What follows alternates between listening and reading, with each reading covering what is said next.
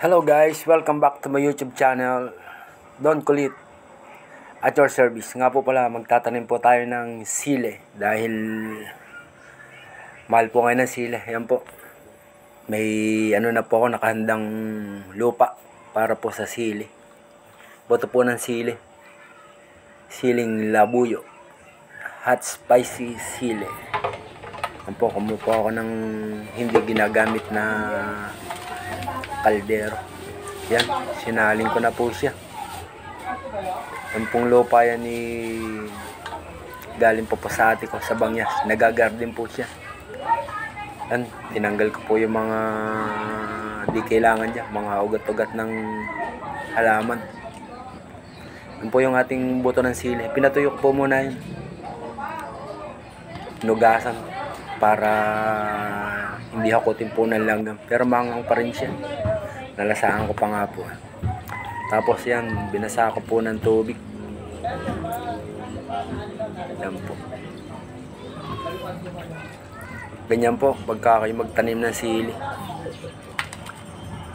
Yan po yung ating pinakakama. Lumang kaldero na di ginagamit.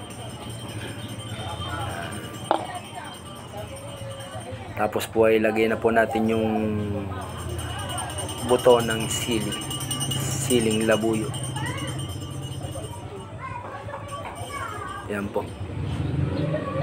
Binudbud ko po siya para hindi magpatong-patong. Ginawang magic sarap.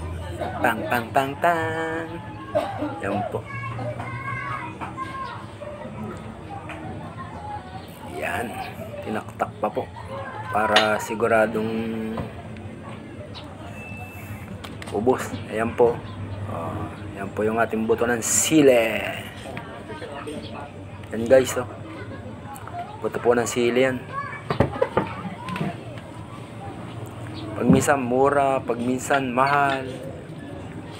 Dati meron na, kapag may tanim po ako niyan, nakapagpalaki na po tayo. Kaso sobrang tagal na po, mamatay din siya. Yan po, meron na po akong sample dyan. Yan po.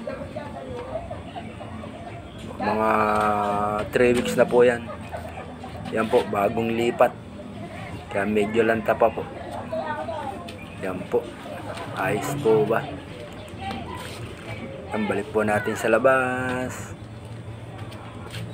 Para makalanga po ng sariwang hangin. Tapos paghapon po, pagka sobrang init, pinapasok po siya sa lilong. Ayan po yung ating sili. Masigla na po siya. Yan po, kalilipat lang po natin yan. Tapos, yan po. May halaman din po tayo. Bagong lipat din po yan. Galing po sa aking bayaw. Bigay sa aking misis. Ayan po yung ating sili.